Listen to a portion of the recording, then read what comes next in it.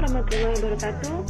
Kami mahasiswa dari Sekolah Tinggi Agama Islam Negeri Bengkalis, jurusan Tarbiyah dan Keguruan, Prodi Manajemen Pendidikan Islam semester 3. Video ini dibuat untuk memenuhi salah satu tugas dengan mata kuliah Sistem Informasi Manajemen Pendidikan dengan dosen pengampu Ibu Nur Hayati MKOM. Sebelum kami masuk ke pembahasan, izinkan kami memperkenalkan diri terlebih dahulu.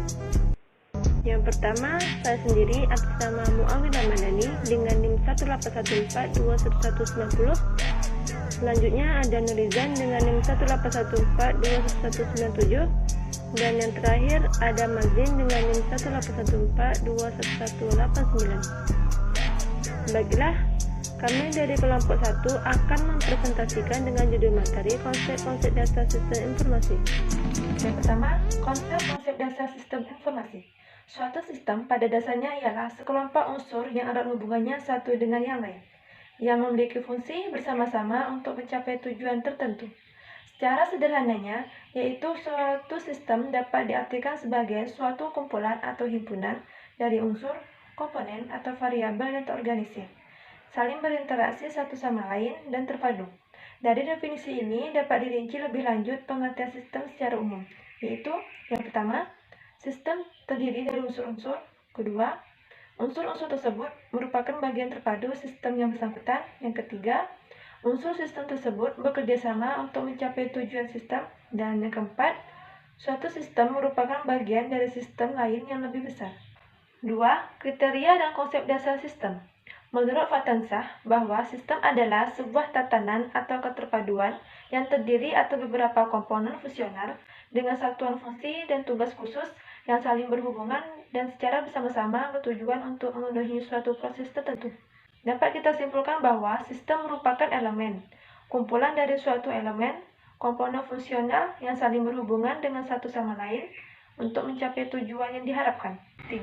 Konsep dasar informasi. Definisi dari informasi ialah data yang diolah menjadi bentuk yang lebih berarti bagi yang menerimanya. Menurut Raymond Maslid, informasi adalah data yang telah diolah menjadi bentuk yang memiliki arti bagi si penerima dan bermanfaat bagi pengambilan keputusan saat ini atau mendatang. Ada beberapa fungsi dari informasi, yaitu yang pertama, untuk meningkatkan pengetahuan bagi si pemakai.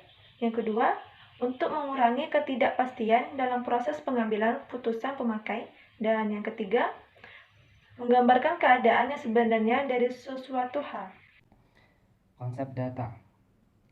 Data merupakan sebuah faktor tentang orang, tempat, kejadian, atau apapun yang penting bagi sebuah perusahaan yang harus dikontrol dan dikelola untuk menghasilkan suatu informasi yang memiliki arti bagi perusahaan tersebut.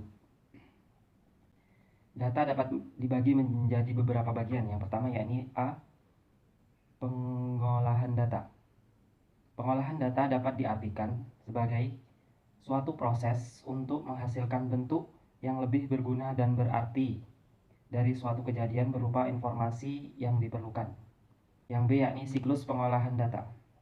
C yakni storing data atau informasi untuk pengembalian keputusan.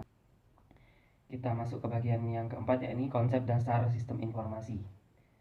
Suatu sistem informasi pada dasarnya adalah sekelompok unsur yang erat hubungannya satu dengan yang lain, yang berfungsi bersama-sama untuk mencapai tujuan tertentu.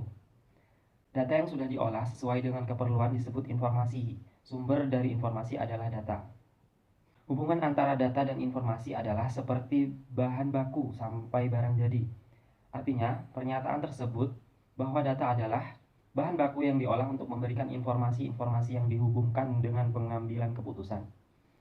Masuk bagian yang kelima yakni konsep dasar teknologi informasi.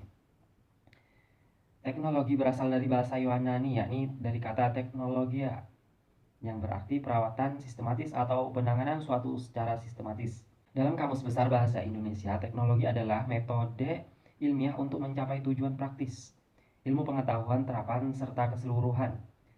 Manajemen merupakan suatu proses yang mengatur pemanfaatan sumber daya manusia secara efektif dan efisien sesuai dengan ilmu pengetahuan dan seni untuk mencapai tujuan tertentu. Adapun secara khusus, manajemen memiliki 4 bagian, yaitu 1. Perencanaan atau planning. Perencanaan harus dilakukan dengan matang untuk mendapatkan hasil yang diharapkan.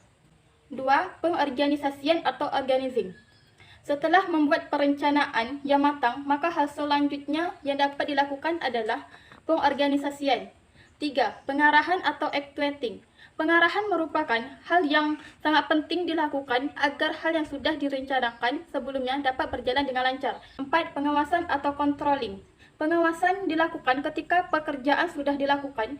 Seorang manajer secara aktif memastikan apakah pekerjaan yang sudah diatur sesuai dengan apa yang telah direncanakan sebelumnya atau tidak. Konsep dasar organisasi. Menurut Castor I. Barnard 1938 dalam bukunya The Executive mengemukakan bahwa organisasi adalah sistem kerjasama antara dua orang atau lebih. James de Monnet mengatakan bahwa organisasi adalah setiap bentuk bekerjasama untuk mencapai tujuan bersama. Dari pengertian di atas dapat disimpulkan bahwa setiap organisasi harus memiliki 4 unsur dasar, yaitu orang-orang atau sekumpulan orang, kemudian kerjasama, yang ketiga tujuan yang ingin dicapai, 4 kepemimpinan jadi organisasi, kemudian konsep dasar manajemen pendidikan. Manajemen pendidikan adalah ilmu terapan dalam bidang pendidikan yang merupakan rangkaian kegiatan atau keseluruhan proses pengendalian usaha kerja. Kegiatan pengelolaan pada suatu sistem pendidikan bertujuan untuk keterlaksanaan proses belajar mengajar yang baik mencakup 1. Program kurikulum yang meliputi administrasi kurikulum, metode pencapaian, sistem evaluasi, sistem bimbingan. 2. Program ketenangan. 3. Program pengadaan dan pemeliharaan fasilitas dan alat-alat pendidikan. 4. Program pembiayaan dan program hubungan dengan masyarakat. Pendidikan adalah satu kesatuan dari berbagai unsur yang satu dengan yang lainnya saling berhubungan dan bergantung di dalam mengemban tugas untuk mencapai tujuan sistem manajemen.